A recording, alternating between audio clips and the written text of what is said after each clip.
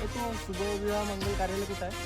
इथून डावीकडे गेलात ना तर डावीकडून गेलात का उजवीकडे जायचं. उजवीकडे गेलात का तो काळ्यांचं घर लागेल. मग काळ्यांना विचारणार काय तर शुभमंगल कार्यालय कुठं आहे तर ते काय सांगतील तुम्हाला की पवळ्यांचं घर कुठं आहे.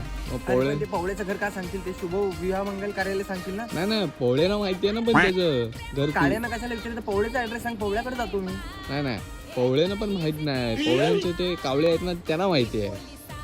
अरे मग कुणाला विचारू? पवळ्यानं विचारू, कावळ्यानं विचारू, नाही कुणाला नाही विचारू? पहिले काळ्यानं विचारायचं तुम्हाला. अरे पण त्याला तर ऍड्रेस माहितच नाही. पण मग ते बाकीच्यांचं जे ऍड्रेस सांगणार आहे तर काळेच सांगणार आहेत ना तुम्हाला. शुभ विवाह मंगल कार्यालयाचा ऍड्रेस सांग ना, बाकीच्यांचा कशाला सांगतोस? अहो पण ते काळेच सांगणार आहेत तुम्हाला ऍड्रेस. काळेला नाही बाय माहित, बोलला सतत बोललास तू. नाही ते पवळेनं माहिती आहे. तुला ऍड्रेस माहित आहे का? तुम्हाला ऍड्रेस सांग पटकन, मला नाही तर टाइमपास नको करू. मला तेच सांगतोय मगाचपासून तुम्हाला.